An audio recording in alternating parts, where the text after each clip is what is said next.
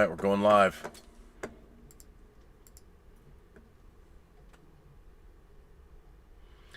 Oh boy. Are you ready? It's been a month. It has been a long time. Are you peppy? Are you ready to go? Are you ready to review this movie you have such great, enduring, and eternal love for? Let's get this show started, shall we? Let's do it. All right. All right. And it's your music that you created. You composed this music. I did. Amazing.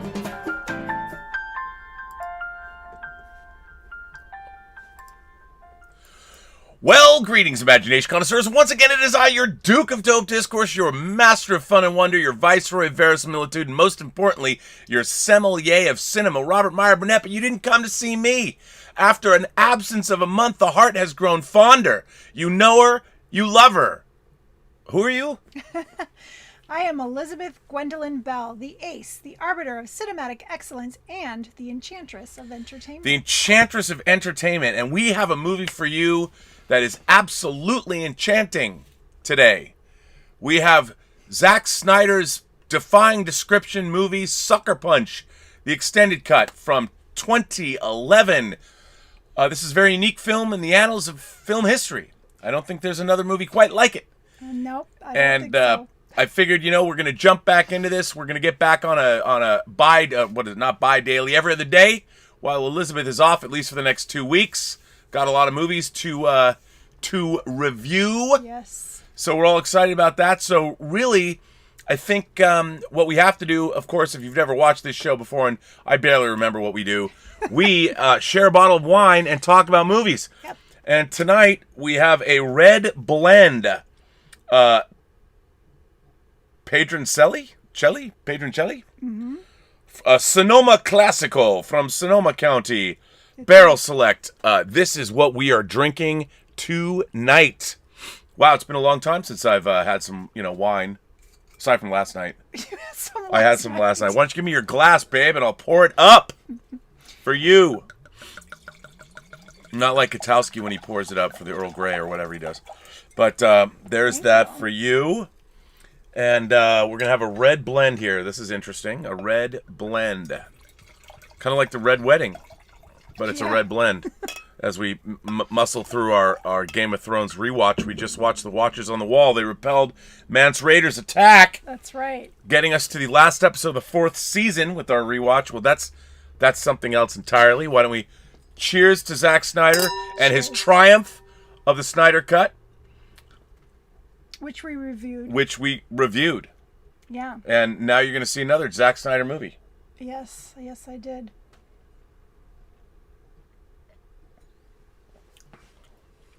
Ooh, I like this. What do you think? Oh, that's lovely. It is lovely. It's a red blend. It's a red blend. Once again, I always ask the question, is there a bottle of wine on the show that we haven't liked? Maybe one. There was one, but we didn't say we didn't like it. So even if there is one, we wouldn't tell you. Well, that's not true. We don't want to lie to our viewers. Well, we don't lie. We just omit the truth. Oh. I wonder, can I use that on you one day? Can I say, honey, I wasn't lying. I was just omitting the truth. Can I say that? Well, I mean, how do you go like, oh, this wine is terrible? Just like that. Ooh, this wine is terrible. I think you just did a fantastic job doing that. Ooh. I think we're going to need to drink up. I have a feeling, I don't know your thoughts on this movie. Not really. I suspect what they are. This movie, I saw this movie in the theater. I was actually kind of excited to see it. The trailers had hot chicks and samurai warriors and World War II and robots, power suits. It had pretty much everything that I like. Yeah. And I had high hopes for this film. Mm-hmm. And 10 years later, I didn't even own this on DVD or Blu-ray, so that says something. I had to get this Blu-ray so we could watch it. Oh, you actually bought this? I actually bought it. I did. Why didn't we stream it? Because I bought it. Well, I think there's... Okay, listen. What do you mean? Uh-oh. Okay. It's not like I'll ever. I think we need to start out by saying, and I'm asking you with this because I don't know what the answer to the movie this is. But what is this movie about? What's it about? Yeah, okay, so let's see. It's By the way, about it was co-written by Zack Snyder and and Steve Shibuya. And this is an original Zack Snyder concept. It came right from it's the uncut imagination of Zack Snyder. So what is this movie about? so it's about this girl who has a little sister, and their mother dies. Basically, their stepfather poisoned their mother to get all the money. To get all the money. And he's been abusing these children, and but then in the will discovers that the mother has left everything to her children. Well, duh. I mean, what mother isn't going to leave everything to her children, first of all? And second of all, why didn't he check the will before he poisoned her? Bad plan. Well, maybe there was it's the stepfather, so maybe before they were married, the will was all squared away. So why would he assume that she would leave him all the money? I don't know, but that is a very good logistical question that opens the film. So already this movie's not working for you. Already not working for me. So, he catches her reading the will and sees that it says everything goes to the daughters, and then he starts attacking her, right? Well, but then she gets a gun. Well, she gets a gun because she's trying to defend herself, and her little sister is hiding in the closet, and she's trying to defend herself and her little sister, and accidentally kills her sister. She gets apprehended by the authorities and evil stepfather. Well, they take her to an asylum. They take her to Lennox House for the mentally insane. Yeah. In Brattleboro, Vermont. I don't know if is Brattleboro, Vermont a real place? Do you think? I'd like to believe it is. I'd like to believe everything in this movie's real. I certainly hope not. That's true. Because what a horrible world. Yes. And of course, Poe Dameron is in this movie. Yes. Llewyn Davis. You know? Yeah. Isaac. Mm-hmm. Oscar Isaac. And now, so our main character, her name is Babydoll. That's how we know her. And when she's taking this asylum, at the beginning of the movie, there's levels of reality in this film. I guess there's 3 levels of reality. There's real reality, which you see in the beginning of the movie. And then as you penetrate deeper into Which still doesn't feel real, because everything is a montage and a dream sequence and a fantastical. Even the real doesn't feel real. Well, not at the very beginning when they first walk in. It doesn't feel real. So are you saying it's also fantastical? This movie does not have verisimilitude for you? None at all. No verisimilitude. 0. What about the music, the way they rework pop tunes? The music was horrible. You don't like the version of like Jefferson Airplane's White Rabbit reworked? They ruined all that music. Ruined all that music. Ruined it. Would you be surprised to know I own this soundtrack? So you liked the music? I liked some of the music, yes. Okay, anyway, so, is this for you as a woman? Is this a nightmare? You're evil, your mom dies, your evil stepfather throws you into an asylum. Yeah. And then as soon as you get into the asylum, then your next level of fantasy life. Okay, so she's in this asylum, and they're talking about her stepdad convinces them to lobotomize her, and they agree to it. And so she has to escape the torture. She's being raped. She's being tortured. And she has to then, retreat into a fantasy. Well, now, wait a second. You don't see any of that yet. Like, when they soon step in, her fantasy world is that she's living in a brothel. Yeah, exactly. How did you feel about that? Seriously? So she's going to retreat in her mind, and she goes and puts herself in a brothel. It's not just a brothel, it's a cabaret brothel where all the hookers perform. Yeah, that's exactly what a girl would do. It's like being she would fantasize about being in a brothel. Again, being abused by men. So she's abused by her stepdad, and then she goes to the asylum, and she's abused by the owner of the asylum, or whoever he is. And so she fantasizes to escape which is what people do. That's a real thing. But she puts herself in a brothel. A performing arts where brothel. she has to perform in front of these men. Which is a cabaret show. It's like Baz Luhrmann meets One Flew Over the Cuckoo's Nest meets Pretty Baby. No. It's not that? Not. It's not that at all.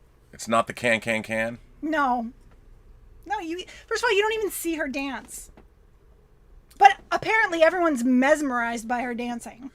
Well, that comes later. You know, there's Dr. Gorski, you know, the Silk Spectre #1. What am I? You know, Carla Gugino. She's like a doctor that later becomes the lead. She's the trainer. She puts on the shows. I mean, it gets a little wacky. It's beyond wacky. Well, so Dr. Gorski is her name. I'm trying to restrain myself. And of course, Babydoll has her virginity intact, and her virginity is going to be sold to the highest bidder. So, but this is her fantasy world. She's fantasizing about this. Yeah, no girl on earth would fantasize this. To escape being abused. Who thought that was a good idea? Zack Snyder. I'm going to restrain myself. No, I don't think you should restrain yourself. I think that, you know, I think you should let it rip. At the end, I will give you my full evaluation of this film. So the character is like Babydoll's virginity is going to be auctioned off to the high roller. The character is the high roller. You know, gangsters, and it's kind of like in Goodfellas. The gangsters come in and they seat him at tables. Like, it's just a little weird. It's so weird. And then things get really bizarre. But so Babydoll dances in front of them. And when she starts dancing, we go into our second level of reality. Yeah. Which is, don't know why, but there's Scott Glenn in a temple. And she meets Scott Glenn and they have a conversation. Yeah, so when she dances, so now here's the third And Scott level. Glenn's character's name is the Wise Man. Yeah, another problem. Another huge problem. Well, I like Scott Glenn. Yeah, sure, he's a great actor, but he should not have taken that role. I'm out of here. Well, Babydoll tells the Wise Man she wants to escape. Yeah. And, okay, so she dances, and she retreats once again into a fantasy. But now her fantasy, she's scantily clad, she's a ninja, and... she's dressed like she's a character in Sailor Moon. Yeah. And could happen. In maybe a guy's fantasy. Yeah, I mean, I've been known to dream up Japanese schoolgirls. That's right. This whole film is his 12-year-old fantasy. But the thing I look around and I think to myself, is that such a bad thing? Yeah, but okay, your fantasy wouldn't be so misogynistic as this. This is like layer upon layer upon layer of abuse. Yes. It is. Yes. And there's not even like a lesson at the end. The lesson at the end is... Well, we haven't got to the end yet. So she meets the Wise Man, explains what she wants, that she wants to escape, and the Wise Man says she needs a map, fire, a knife, a key, and a fifth item that is a player to be named later. Right. So now she's in a video game. Yeah, well, now she does battle with giant samurai.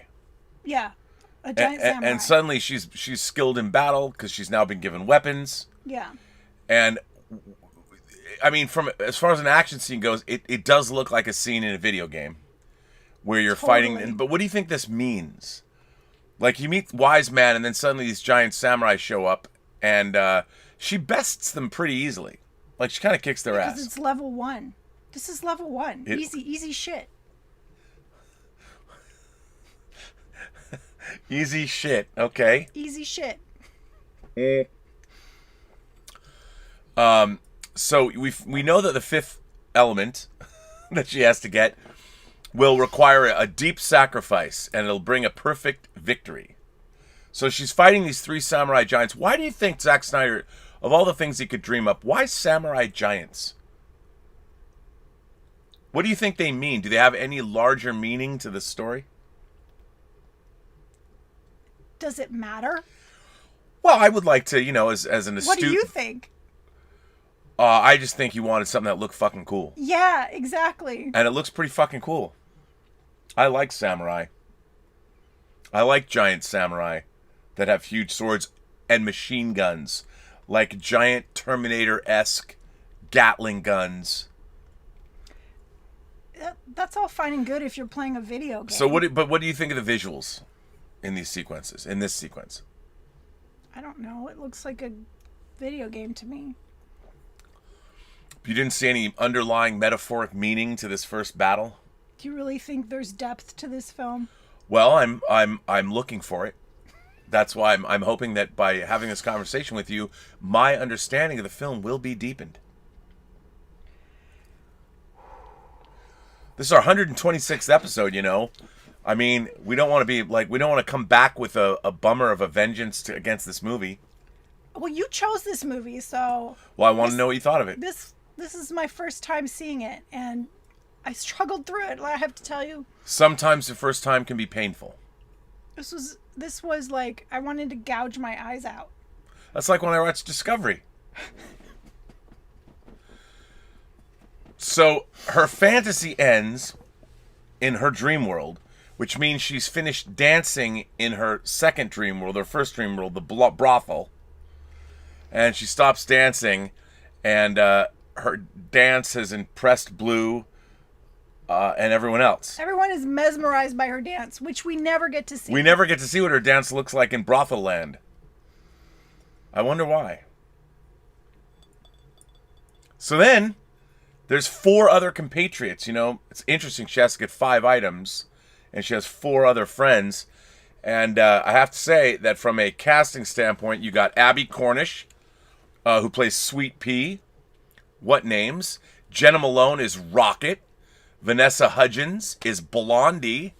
And Jamie Chung is Amber. It sounds like girls you'd meet on spring break in Fort Lauderdale. No, not even. It sounds like porn girl names.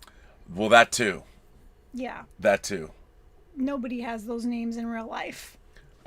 Well, you never know. Could be. So she recruits 4 girls. So now there's a team. There's a team of 5. Like a crack team. It's like the Dirty Dozen minus 7. Yeah. Yeah. So they're the less than Dirty Dozen now. These 5 girls, all very beautiful, beautiful girls, young girls, underage girls. Very young girls. I mean, first of all, Babydoll is very young. She still lives at home. She's with her little sister. Like, she's a young girl. Yeah, she looks about 14. Yeah. And she's not exactly very shapely either. And she can't act. I'm sorry. Well, really? Her acting was terrible. Well, it's not like she has to deliver long monologues. She looks great in action. She has the same expression on her face throughout the entire movie. She's concentrating.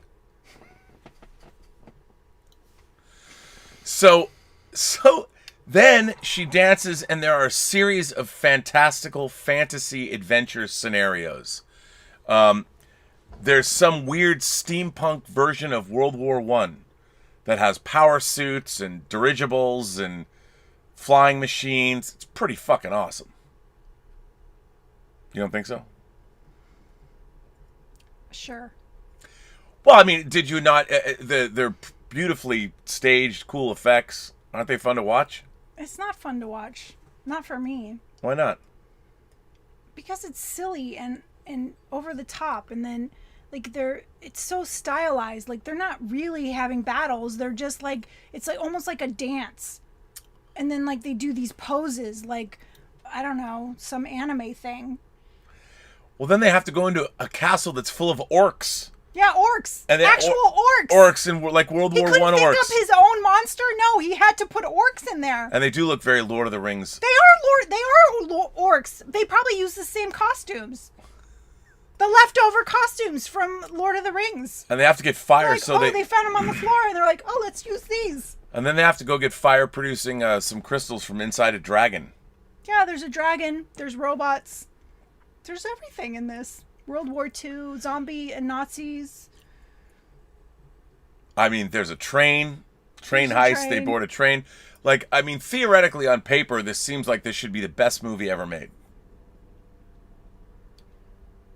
For a guy. For what you don't see this as being female empowerment? Oh, you want me to go into that right now? Because I will. Well, I mean, why not? So anyway, these fantasy things. Then, of course, the cook in the brothel fantasy land. She runs afoul of him. There's all characters. Rocket sacrifices herself. The people are dropping like flies. I'm looking at this just to figure out what I'm trying to keep everything straight. But basically, after all these fantasy sequences happen, and the thing is, the stuff that the wise man wants her to get are in her fantasy realm, her third, like, not brothel fantasy. It's like Inception. It's levels of fantasy. Don't compare this to Inception. Well, I'm just saying it for the Please people at don't. home. Please do not. But so that you were left with this. So nothing in the fantasy realm is actually happening. So none of it matters. And Right. then her dances are only in her fantasy about being in the brothel, which she's not really in. No. So she's really just in an insane asylum, and she's got these two levels of fantasy life that are, I don't know, keeping her company while she's living in a asylum. Yeah. I mean, it's audacious from a odd standpoint. I mean, It's so odd for a middle-aged dude to tell a story about a 14-year-old girl whose fantasies are really those of a 12-year-old boy. And wow, you're being Judgy McJudgerson tonight. I'm trying really hard not to. But it's really hard. This movie is like pretty offensive. Well, what's interesting is, after all these, and the thing is, you wish that there, like, when you talk about the plot, there's no plot, really. and then at the end of the movie, Babydoll herself, who's been fantasizing about all of this, gets lobotomized. She not only gets lobotomized, but in the end, there's this horrible, horrible speech that John Hamm gives. She's still in the brothel fantasy, and she's supposed to, he like wins the bid or whatever, and she's supposed to sleep with him, and he just is like, I'm just gonna come right out and say it, I'm supposed to sleep with you. And then he goes into this long speech about, but I'm going to give you a choice and blah, blah, blah, love this and trust and blah, blah, blah.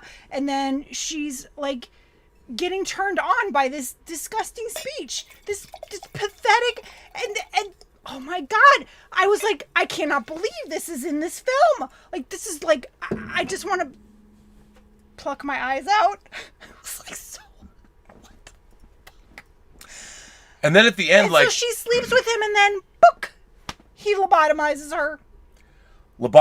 and then after she's lobotomized, Blue tries to sleep with her, and then he gets, like, led away and incriminates the Mind-blowing. stepfather. The levels of offense in this movie, like, I just can't even believe every woman would not, like, just be outraged. And then of course, Sweet Pea escapes. She's the only one who gets to escape. She escapes. So the moral of the story is, you have to endure tons of abuse, tons of misogynistic objectification, no matter what level of your fantasy, no matter if you're trying to escape it, no matter, even the guy who's like guiding her spiritual guide, he's still telling her what to do, a guy. And in the end, he's the bus driver who gets to rescue Sweet Pea, the one survivor, a dude. And then don't forget, over the end credits, Dr. Gorski and Blue, basically villains, get to sing Roxy Music's "Love Is the Drug." This movie is like, I just... Wow. I can't believe it has 6 out of 10 on IMDb. Well, I mean, I think it does appeal to a certain, like, I think that there is, visually, there's a lot to like here. You know, I like the steampunk... Little girls in short little dresses with garter belts. Well, to be fair, I do have fishnet. two Hot Toy Oh my figures God, from don't this even movie. say that to me. I do have Don't. I have a Babydoll figure. Okay, they're going up on eBay, so if any of you want it. No, now that we watch them, to add her to the samurai shelf. So let me ask you this, though. Obviously, a lot of people work long and hard on this movie. Zack Snyder wrote this film, and he's the father of daughters. You know, he's got kids. It's mind-blowing, and his wife produced it. His wife produced it. So what do you think they're trying to convey here? I don't know. I really don't know. Like, this really offended me. I just felt like it was so... If you need super glue still. Oh, I do. Thank you. Yes, his wife and I was produced... thinking about, what am I going to say about this film? Like, this is, like, really, really tough. Like, how do I talk about this? How did you feel about this movie? Well, to be honest, I'm not a big fan of this movie because there's no there. There's no, you know, and watching it again with you, I only saw it once in the theater, and I did not buy the movie.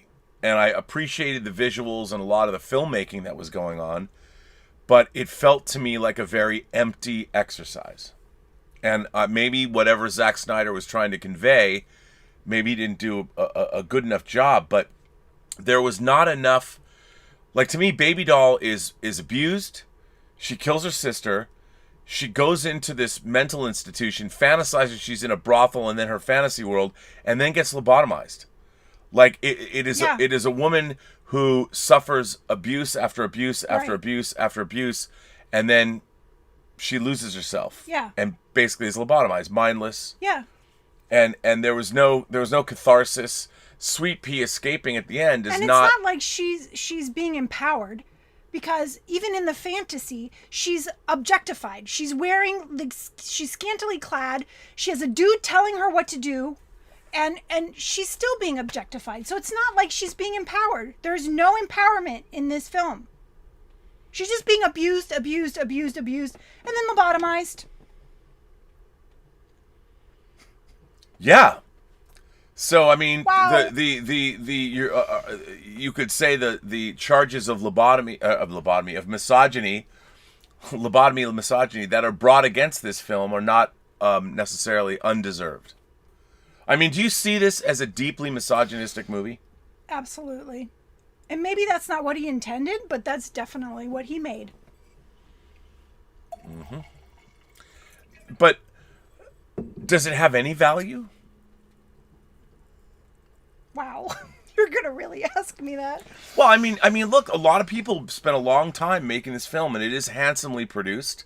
There's a lot of interesting stuff going on, like the pop music. I mean, I'm curious, like, a lot of the music that's in this movie is not necessarily period specific. You know, they do a lot of, like okay, you're going to... This, it includes every time period. I mean, there's World War II, there's robots, there's Samurai. There's, like, it's all over the place. It's all moshed in. Like I said, it's like a 12-year-old boy's fantasy. Is that such a bad thing? It's not, unless you're being abusive to women, to girls. It's not even women. These are girls. Yeah, well, maybe this whole thing is actually a cautionary tale that makes us realize as men what women endure in their lives. Maybe that's what it is. It's a parable. Maybe. All right, you're not buying it? No. So is there anything in this movie that you find redeeming? I mean, now that you're making movies yourself, how'd you feel about the filmmaking? I mean, I know they spent a lot of money on this. There's a lot of CGI in this movie. They spent a lot of money on this movie. It just blows my mind. Like, didn't they read the script before they decided to spend so much money? Well, I mean, Zack Snyder had made 300, and he'd made Watchmen. They're like, okay, so you made these 2 movies that were well received. So here's $100 and the Guardians of Gaul. $100 million. Go make your film. Yeah, I mean, I think they were betting on the fact that they have an auteur. They, he did a couple for them, and he was doing one for him, and this is the movie that he wanted to make. Of everything you could come up with, this is what he came up with. Well, you have to admit it's unique. Have you ever seen a movie like this before? No. Well, then there's a redeeming quality. It is unique. It's a singular vision. I hope never to see another movie like this. Wow. I'm sorry. It's pretty offensive to me. And maybe I'm misreading, but I don't think so. But aren't there like more offensive movies, like rape revenge movies, like I Spit on Your Grave, or Thriller, or Cruel Picture? That. Okay, but you know what I mean. Does the fact that it has this fantasy bent to it, does it detract from the misogyny at all, or does it amplify it for you? Well, it amplifies it. It's like, okay, so she's going to fantasize, and her fantasy is still offensive. Well, her brothel fantasy is offensive, and then she has to have a guy tell her what to do. A guy tells her what to do, and she's this caricature. She's not even a real person. She's an anime. That's true.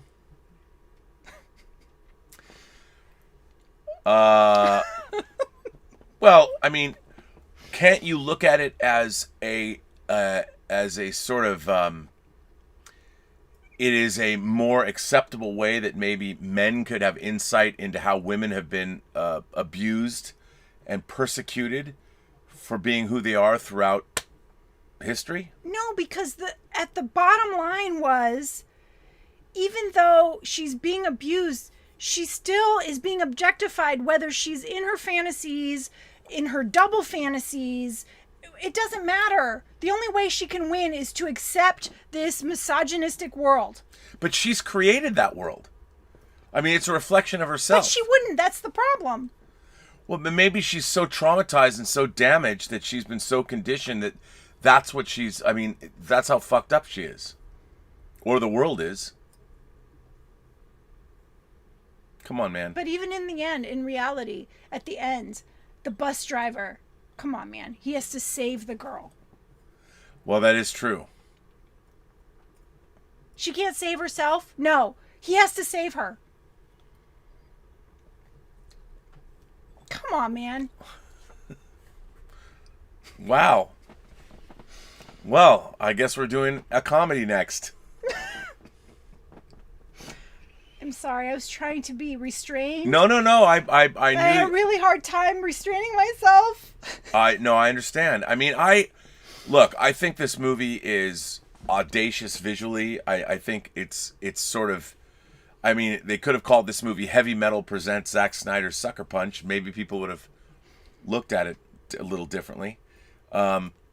But I mean, if he had used all those visuals and all the fantasies in a different story, like, why did he have to do this about, young girls and put them in situations where they're constantly being abused? Like, why? Why make that movie? Why not use... Okay, you want to do a video game movie? You want to have these really cool video game sequences? Cool. But make your story better. My God. Come on. You're a filmmaker. Make your story better. Well, I like seeing this feisty side of you. I mean, we haven't done this show in a month, Don't make something that's going to be offensive. Does your wife tell you anything? Oh, I'm sure she does. She's his producer. I can't imagine that she didn't tell him, like, this movie's a little offensive. Maybe he doesn't listen to her? I don't know. Or she's like, this will make lots of money. Who cares? I don't know. It didn't make that much money. Yeah, I don't think it really connected with its audience. Yeah. I think the problem with this movie is ultimately, it's a little... it's hard to see what he's going for. Like, me as an astute I've been to film school. I've made movies myself. I've been studying film since I was a little kid. It's been my life. Even I watch this film and I can respect the craft. From a storytelling standpoint, I feel that I'm supposed to bring something to it that maybe I'm not. I don't know. I do not know what the intent is. Yeah. And why is the movie called Sucker Punch? Because at the end, she gets punched. Yes. And then she gets punched again when she's lobotomized. Well, a sucker punch is something you don't see coming. Right. I don't know. All right, well... I liked 300.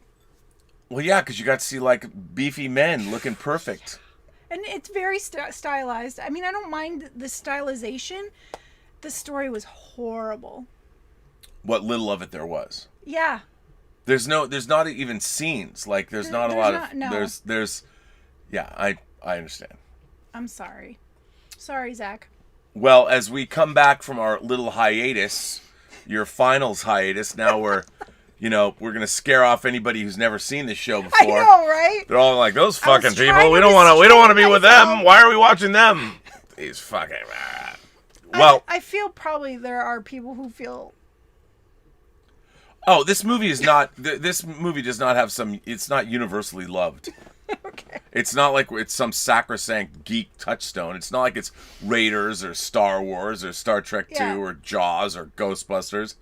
I mean, no one thinks of it that way. Okay. All right, well, then I guess that I can't wait to hear what your rating is going to be.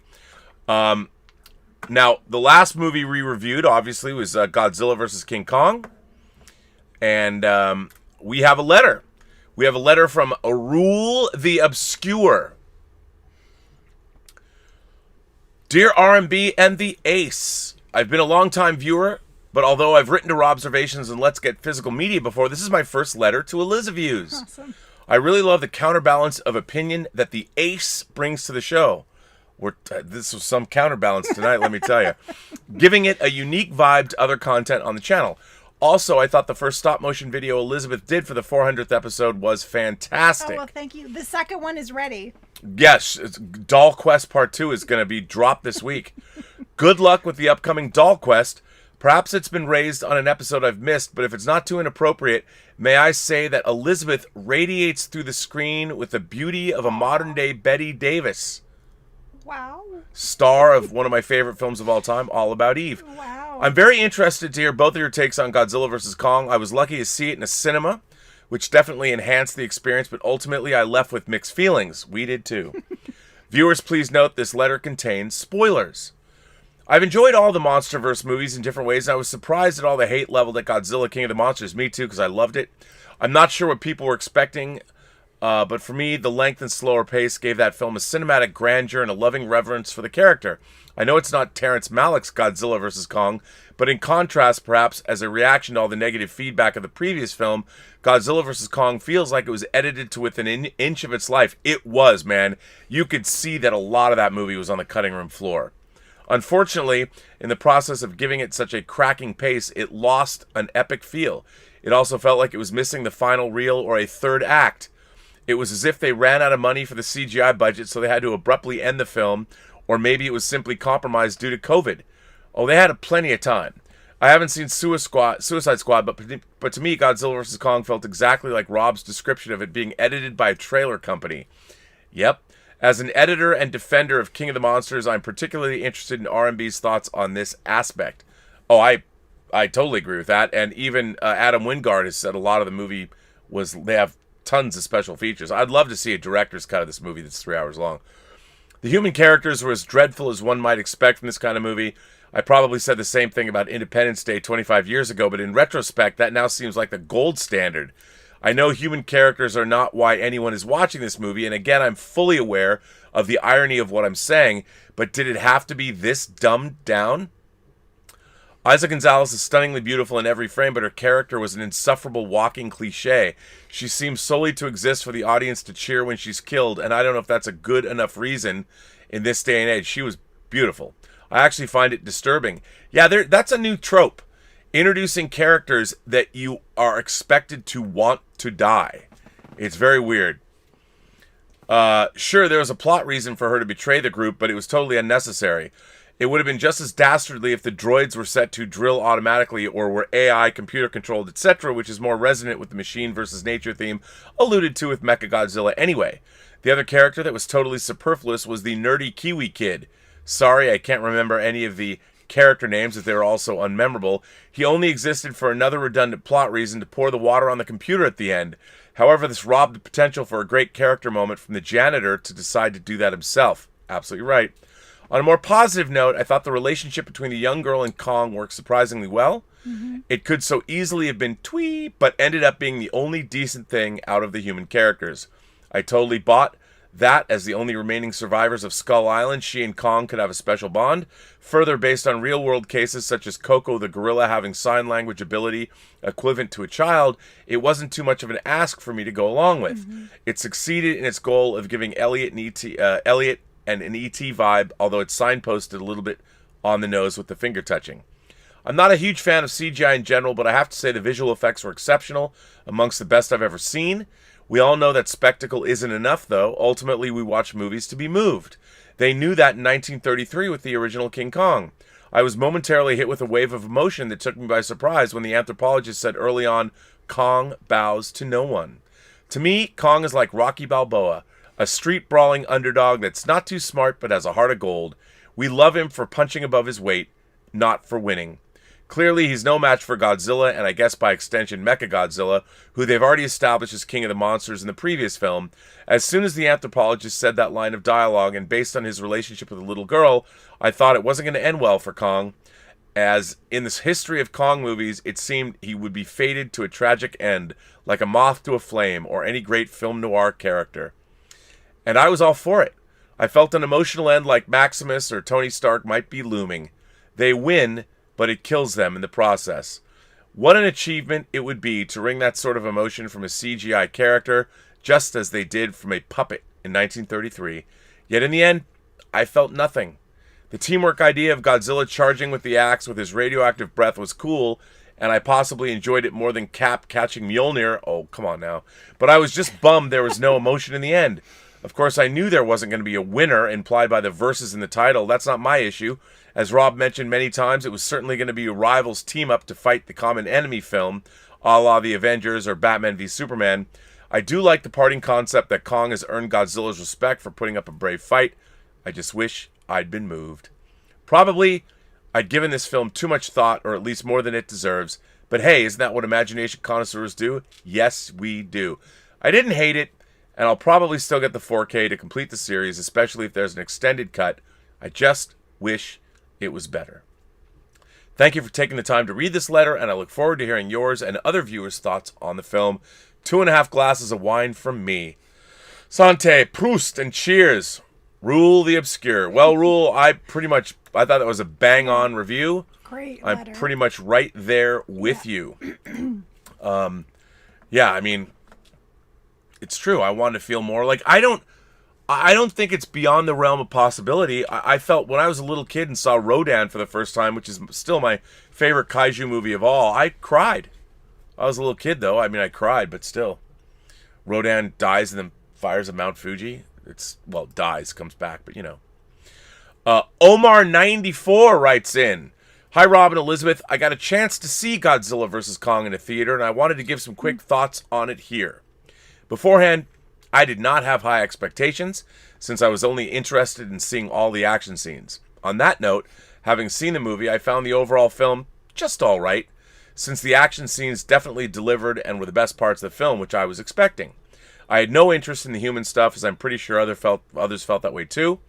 I also thought the film was visually great to look at, especially the scenes involving the action like the Pensacola sequence, the fight in the ocean, all the Hollow Earth stuff, the Mechagodzilla practice run, and all the action in Hong Kong. Those are my thoughts on Godzilla vs. Kong. Thanks, and live long and prosper. Well, thank you, Omar, for writing in. Very much appreciated. Do you feel the same way, Elizabeth? Are you on the same page? Yeah. Well, you know. Now we have a third letter. This letter comes from Dieter Bastian. Dieter. We have a form on the website. For anybody who's interested, if you go to the Burnettwork.net website, if you want to be on our shows, you can actually fill out a form to apply to be on the show. Well, Dieter Bastian, who I already do a show with, is applying to come on to Elysabeth. I would love to have Dieter on the show. Well, I'm a Dieter fan. Okay, well, Dieter Bastian says, here's his form he filled out. What kind of movies would you like to review with Rob and Elysabeth? He says, something else. Please explain in the message section. Please explain more details about why you think you'd be a good guest for whining about movies. Dieter writes, I have an Elizabeth t-shirt. Yes, he does. I would like to come on if Rob at some point would watch Bang Boom Bang for Elizabeth. That's a German movie he sent me. I know it won't get many views, but a German cult movie would be something different. And it could be interesting if the comedy works with the subtitles because the genre can be really country specific. Well, please provide a brief background about you so we can add it to the video description. He writes, well, I guess I can leave that field unchecked. Please review the following statements and check the box to indicate your agreement. I agree to grant the Burnettwork full rights to record and use my likeness, voice, and comments made during the interview on the show. I confirm that I will have access to a computer with a microphone and camera connected to it for the duration of my appearance on this show. I agree to allow the Burnettwork the right to use my likeness and interview in promotional material and associated campaigns for the show. Well, I mean, I don't know, Dieter. This is not my call. Would you like Dieter Bastian to be on Elizabeth's one night? Yes, I would love Dieter to come on. You would love Dieter to come on? Yes. Okay, well, maybe we'll have to review Bang Bang Boom. He sent me the German movie like a year ago. Yes, I know. On Blu-ray. So but nobody's gonna watch this show. Maybe we could do a double header. Oh, we could review something that people know. Yes. You know. I think that's a great idea. Well, we'll do a double. We'll do a double header. Maybe a 2-bottler. Now, we got people who have written in. Our man Julius Goodwin has written in. He is the official sommelier of this channel, even though I'm the sommelier of cinema. He's the official sommelier of this channel. Julius Goodwin writes in and sends in a tip and says, I just wanted to say good evening to you both. As usual, I hope you enjoy the game time shipment coming, meaning he sent us more wine. Nice. Also, in case Mr. Burnett didn't tell you, I had a freebie due and asked what he did want, and he immediately chose Pinche for you. Aww. Like the gentleman he is. I love that wine. Yes, I know you do. And Julius goes on to say, also, how do you like the Après 2020? You haven't done one of those in a while. I never got a chance to ask. That champagne. Oh, yeah. That champagne. We still have to drink that. Where is it? It's here. It should be in the fridge. It should be in the fridge. I'll put it in the fridge. Willow. I love champagne, by the way. Well, I know you do. Willow. Willow is here. Oh, hello. Willow has written in. Willow says, I haven't rewatched Sucker Punch since it first came out, but I remember feeling that it just seemed like someone had an idea for some really cool action scenes and then just tried stringing those scenes together with a threadbare story to make a movie. Yes, absolutely. Well, yeah, it's true. Do you feel that way? Not only that, it was an offensive story. You know what? It's funny because I feel like getting to know Willow through her letters, it would be fun to go to a movie with her. Yes. And we'd go and like talk about it afterwards. Yeah, that'd be great. Yeah, I don't know if she'll ever come to LA. Maybe we'll have to go up to Vancouver or something. And I would love to go to Vancouver. I've never been, and I hear it's we'll beautiful. go visit my mom and then drive to Vancouver and have lunch with Willow if she'll have us. Great. I mean, I keep saying we should do a we're half vaccinated. May 11th, we'll be fully vaccinated. We will be fully vaccinated. It's true. It's true. We can go to movies. And we will. We're going to go. One Shot sends in a super chat and says, I'm a huge Zack Snyder fan, but this movie just didn't do it for me.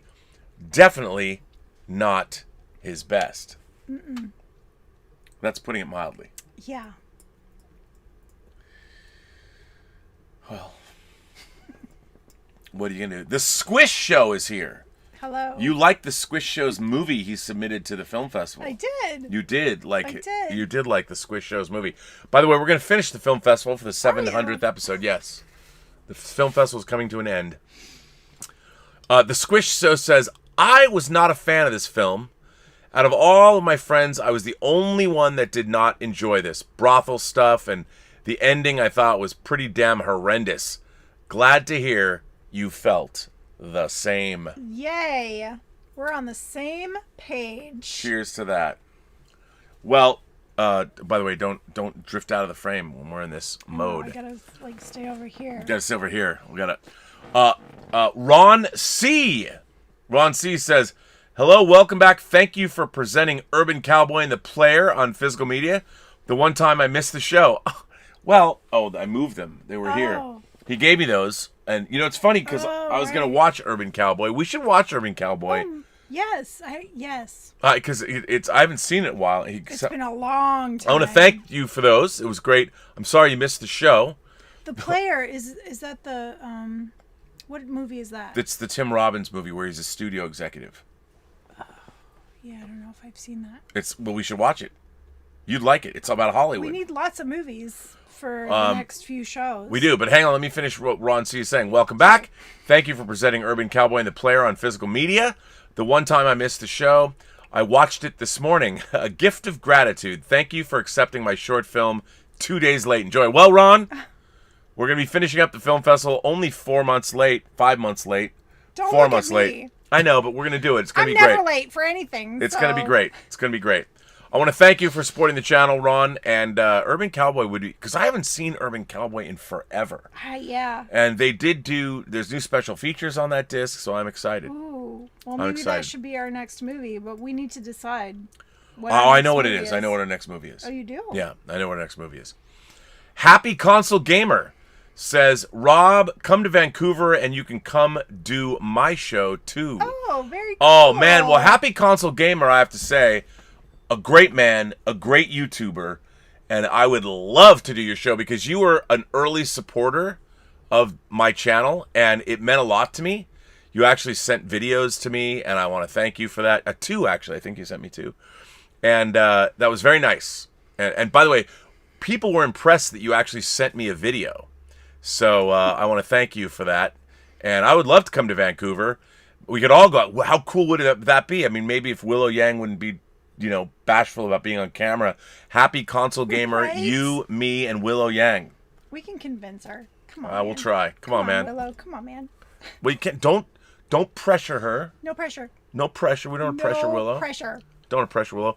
Tom Jr. Jackson sends in a tip and says, Ace and Rob, this is one of my favorite episodes. Ace, please don't hold back and tell us how you really feel. Don't mince words, Bones. What do you really think? I can't believe you waited a whole month to upload on this unload on this movie, and it was so worth it. This episode was metal. Yes, it is. Yeah! I mean, this movie, I have to say, Sucker Punch is pretty fucking metal. It's very metal. It's very metal. It is. Maybe that's its saving grace. Maybe the whole thing is just one big metal album cover. No, it's not its saving grace. It's metal, but in a very bad way. Is that true? I mean, that's my opinion. All right. What are you going to do? What are you going to do? I don't know. So what's our next movie? You know what our next movie is? It's a time travel movie. You know I love time travel. I know, and you know what? I presented it today. You've never seen this movie. It is, to my mind, one of the most interesting and baffling time travel movies ever made. It was made for $30,000. What is it? It's right here. Are people going to watch the episode, though? Who cares? I mean, if we like it. Here it is. We are going to watch Wait, let me. Our next movie, which will be on Tuesday night. We're coming back Tuesday night. I just got this Blu-ray today. Shane Carruth's Primer.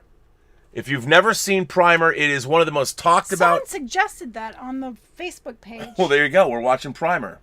I have to look up who. Primer is a time travel movie that is it was one of the.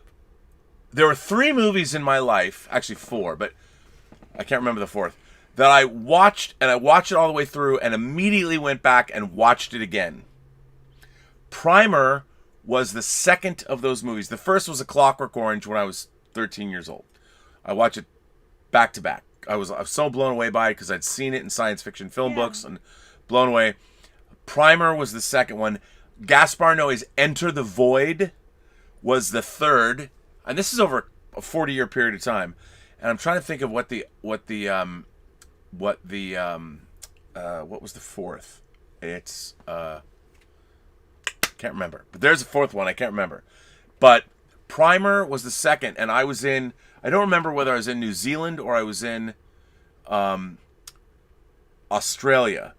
But I watched on my laptop, because I had my laptop. I brought some discs with me, and I watched it. I was like. Because I didn't quite grasp all of it. I'm like, wait a minute. And I wanted to see if it all tracked. Yeah. Does this all work? And I watch it again. And then I listened to the audio commentary, but I wasn't watching. I had the audio commentary playing. So does it make sense? I hate when time travel doesn't make sense. sense. It does make sense. It's just when you're watching it, it's not like any kind of a time travel movie. Yeah. Oh, wow. And there, along with Primer, in terms of this movie and... the Spanish time travel movie Time Crimes should be put together on a double bill and play for all eternity somewhere. Well, do you want to do both? That's a lot of no. Yeah, we shouldn't because they're both worthy of an episode. Okay. So Primer's our next movie. We're going to talk about Primer on Tuesday, which we're going to do. So it comes down to it, babe. We have our bottoms-up scale on this show. Why don't you explain to people who might not have watched us, what is the bottoms-up scale? So our bottoms-up scale is 1 to 4 glasses of wine, because there are 4 glasses in a bottle. There are, which means the question needs to be asked, Elizabeth, the ace, the arbiter of cinematic excellence. How many glasses of wine would you give to Zack Snyder's Sucker Punch? Maybe you should go first. No, I don't think I should. I'm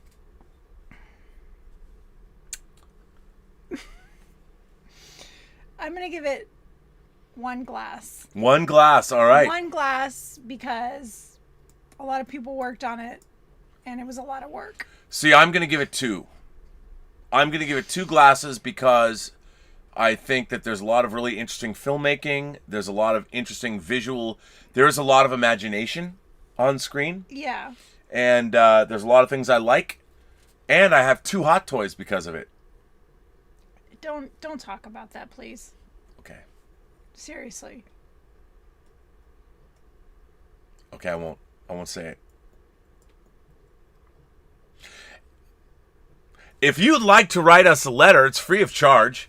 You can go to the Burnettwork.net, as I said, the Burnettwork.net website. You can write us a letter. You can send us suggestions. If there's a movie you want to watch, you can tell us why. And if you want to come on the show with us, apparently, as Dieter Bastian did, you can fill out a form and demand we put you on the air with us. I've been doing a little bit more of that. Would you like to do that right now? Do what? See if we could get somebody to come visit us on the show? That would be awesome. All right. That would be awesome. If anybody has... Right now, let's see. If anybody has a camera... Tell us what you think about this film. Yeah. If you want to come on and talk about Sucker Punch right now, if you have a camera, a decent camera and a decent microphone, we're going to throw it down to you. Oh, this is going to be fun. Would you like to come on to the show? And, if you want to, we're going to have you on. But it's a first come... first serve kind of a deal, and I guess it's gonna be weird because we should both be wearing headphones, unfortunately. Oh. But that's all right. We'll work it out. It might be echoey since we don't have headphones on. It'll be weird, but I am going to. Well, let's try. If it's weird, then we'll make it work for next time. We're gonna try it. So if anybody's game and if you're ready. It's first come, first serve. Here it is. There is the link have something good to say about to this film. I mean, the not good show. about If the you film, want to but- come on the show live right now, you absolutely can. And we'll see if anybody shows up.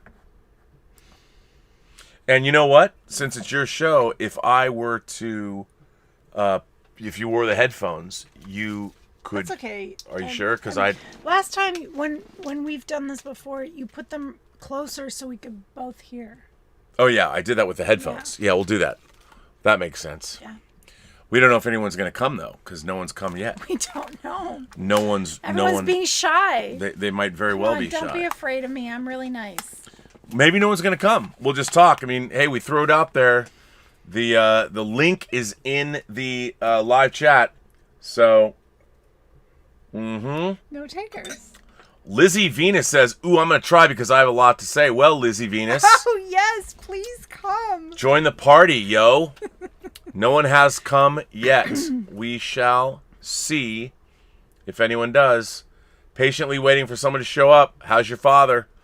We're waiting for someone to show up too. But anyway, I understand if people don't show up. They're being shy. They could be shy. Maybe they don't have the equipment yet. You never know. Come on, Lizzie. What's taking so long? If anybody wants to come, Michael sends in a tip. Michael is who got us PlayStation. You might want to for Sophie. Thank you. Yeah, you bribed your daughter with that. I did. It's a bribe. It's a bribe. It's a bribe. To get her to do what she needs to do. Michael says, well, it is for high school graduation. Michael says, congrats to Elizabeth on her studies. Missed the show due to a family commitment, but wish you, Robert, and the chat all the best. Cheers. That's Michael Brown, who lives, I believe, in Linwood, where I used to work at the Grand Cinemas Alderwood when it was the very first video store ever in a movie theater. Very cool. Well, someone is here. Scott. Scott, how you doing, buddy? Can you hear us? Hello. Can you hear us? Scott? Scott? Can't hear us? Hello? Can you hear us? There he is. We can hear you. All right, good, you're there. I'm going to bring Scott and put Scott into the chat. And I think Scott's in Canada too.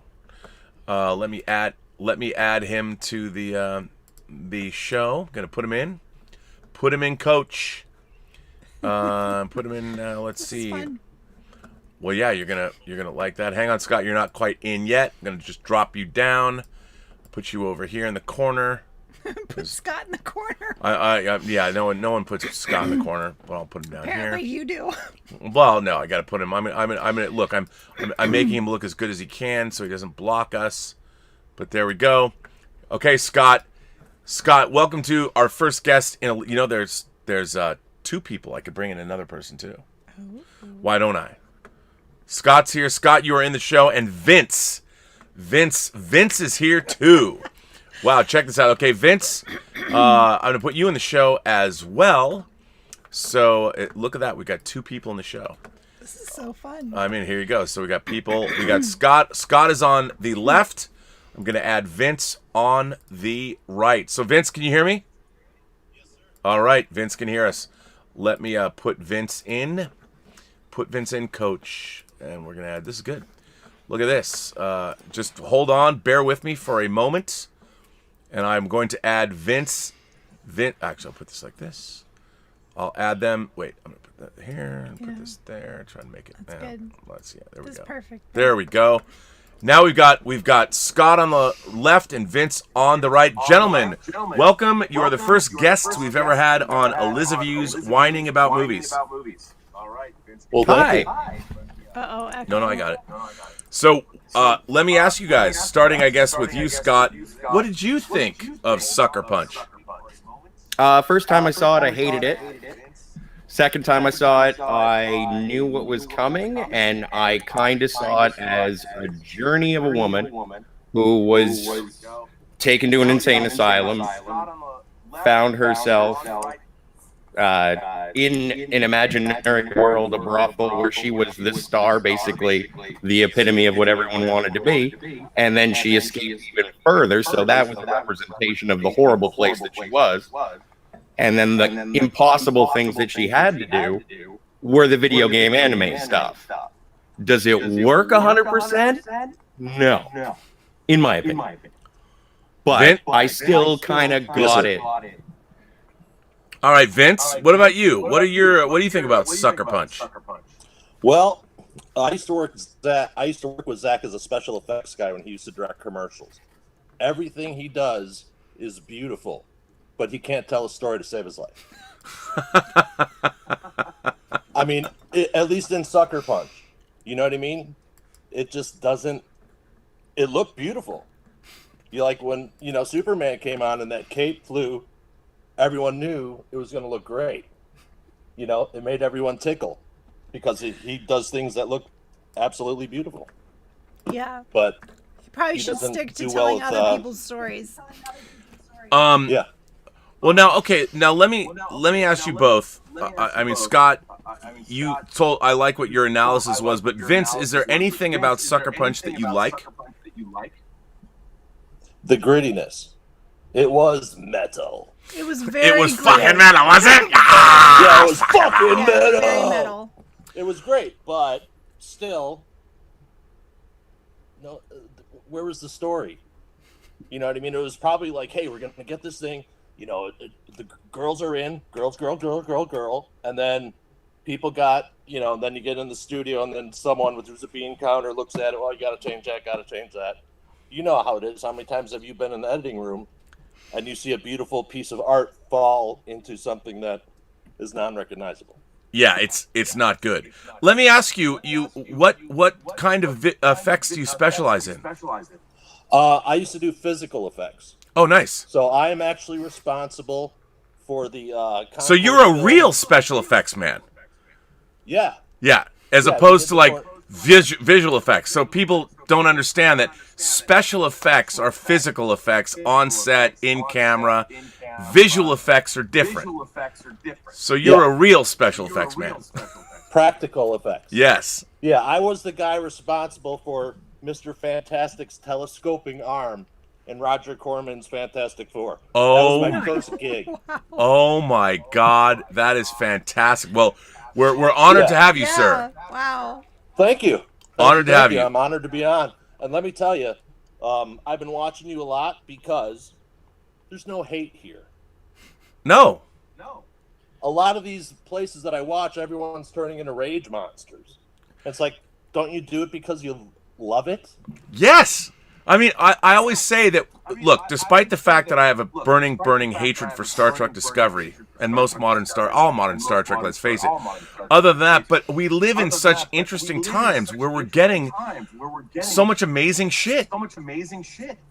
For all mankind. Dude, at that final episode of season 2. Oh my God. I know. That was one barn burner of an hour. Struggling back to get there, and you see the misting of the blood cruising across, and they're like picking each other up, and it's like it was the death of the family.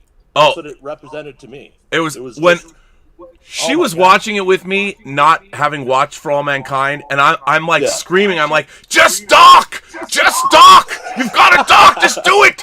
She's got she can save the world! And I literally was screaming at the TV, and she's like, whatever, bruh. And I'm like, and no. How creepy. Out of all the science fiction all of us have watched, that one silent shot of everyone coming through the window. That was one of the greatest. That was the end of all time. That was the end of episode 9 when the Russians. That was the so creepiest shot on television I've ever seen. I know, and I was just like, oh, you and I definitely park our shuttles in the same shuttle bay. Scott, have you watched For All Mankind? Not an episode, sir. Well, trust us, it's quite fine television, and you know what? It's aspirational. It really is. It is it's uplifting. I mean, even though the most epic ending and bad shit goes down, but great shit goes down too. I mean, and representation is done correctly. You know, you have all different kinds of people represented, and they're not like, oh, look at how aware we are. It's real representation that's legit. That's legit. Yeah, it's not like, hi, lesbian. Yeah, What's up, Puerto Rican? Yeah. Come on, stop with that. Tell the story. No, it's a trait. I mean, by the way, that portrayal of her as a closeted lesbian in 1983, getting promoted and running, she's great. Her character is great. Absolutely. And when she says in the last episode, she's like, "We're gonna dock. Let's do it." I mean, you're like, "Yes, let's do it." You're like. So let's get back to the movie at hand, because I could get derailed with the two of you. It's great to have you both. But do you find, are there things about, I guess, Scott, let me start with you. Are there things about Sucker Punch that you really enjoy? I was okay with the music. I don't think that it was ruined. It was a music video. Ace, you said it was very much like a video game. I thought it was much more like a music video where it got gritty for reasons. Like, again, I can understand taking offense to it, and I can see how it would be incredibly misogynistic from certain perspectives, but I did find it empowering as the super chick team. Right. But then again, if I use phrases like super chick team, maybe I am the 5-year-old fantasy. Yeah. They were like total caricatures of women. They weren't even women, they were girls in short little skirts. It just was so offensive. And don't forget they were hookers. Yeah. Yeah, it was. Well, of course. Sad. It really made me sad, actually. So what about you, Vince? Is there stuff about Sucker Punch that you liked? Not too much, other than the look and the special effects. You know, I watched it strictly for the special effects. You know. Right. I'll watch anything Zack does all day long because it's going to look great. Right. You know, sometimes his visual storytelling doesn't match the script page. Is he good to work for? He's the coolest guy ever. That's what everyone Michael says. Bay worked with him too, and he was doing commercials. You know, there's other people. Pitka, he was interesting. He'd pay you double rate. That's Joe Pitka. Yes, sir. Yeah, one of the most Double successful. Rate. Want to work for Joe? Double rate. Yeah, because he broke someone's arm hypothetically, and that's why the rate doubled. Well, listen, we're gonna end the show, but I want to thank you both for coming on to Elizabeth. You both, Scott. Before we let them go, do you guys have suggestions for other movies we should review? Yeah, throw us out each. Scott, give us a suggestion. What movie would you like to see us? We've done 126 so far. What would you like to see us review? I kind of want to see you guys revisit My Cousin Vinny. That's a good one. That's a comedy. We haven't done a lot of comedies. And I love comedy. And that's Marissa Tomei won the Academy Award for that. All right, we'll put that on the list for the next 2 weeks. Vince, if we did a movie if we do a movie, what movie should we review? What would you have us review? If you want soul crushing, something that'll make you think and not sleep for days. I love that. Yeah. Boy in the Striped Pajamas. Oh, that movie's harsh. I haven't seen that. It's the one movie that I couldn't sleep for. I was in bed for 5 days. So wow. Okay. Yeah. Those are good ones. My son looked similar to a character in that movie, and it just. Wow. I was like, wow, that's how you make a movie. That's the most powerful piece of entertainment I've ever seen. But if you ever want to do Blazing Saddles, please have me on. I gotta get that too. I mean, that it's amazing that movie hasn't been canceled yet, but I'm sure it's coming. I'm sure it's coming. Well, they're doing an animated version. Really? Are they really? Yes. There's a sample out. Even Mel Brooks has signed off on it. Wow. Wow. Where are all the white women at? Talk about sucking the air out of the room. Wow. I can't imagine. Well, I want to thank you both, Scott and Vince, for coming on Elizabeth episode number 126. Thank you for being here. Thank you. And we are going to sign off now, finally. But thanks for being here. Much obliged, gentlemen. Thank you, guys. Enjoy your show. Thanks. Man. All right. Well, that was cool. What'd you think about having guests on the show? That's so super fun. I think we should do that again. Well, you can do it whenever you want. I think it's. I mean, the whole point of this channel is to build a community. Yeah, I love that. I love hearing what the viewers think, for sure. Yeah, I know, right? How cool is Totally. that? I mean, it was that we're looking at that camera, just so you know. Yeah, that was great.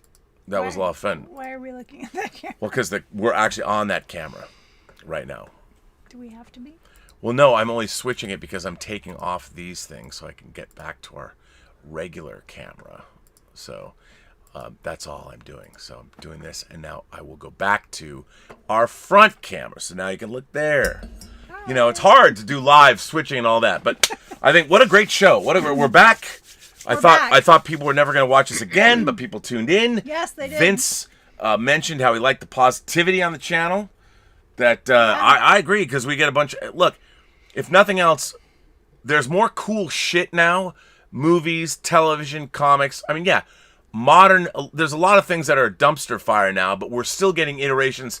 Visual effects are better than they've ever been. Flying effects, like you can watch Superman and Lois. Wow, looks like feature film stuff. Falcon and Winter Soldier, that opening sequence in the first episode. Feature film effects, flying scenes are really hard to do, but that was amazing. We are getting a lot of cool stuff. And what's not to love? Yeah. Right? Mm-hmm. And so, thanks, Scott and Vince, for being on. Thank you. I want to thank everybody who has supported the show via tips and super chats and writing letters, which you can do free of charge at theburnettwork.net. I want to thank our moderators. Justin Toner and Darren Seeley are here. Thank you for moderating, gents. And thanks for everybody who supported. Yes, thank you. And we will be back on Tuesday with Shane Carruth's Primer, which, by the way, I just got this week on Blu-ray. Is this streaming somewhere? Can people watch I think this? Primer is streaming somewhere. I'm not sure. I hope it is. I hope so, too. I believe it's streaming. But Primer, it's good stuff. And on that note, why don't you take us out? Everyone you meet has a story to tell that you have yet to hear, and all you have to do is listen. And with that, what do we say? Have a better night. Have a better night. All right, everyone. See you Tuesday. See you Tuesday for Primer.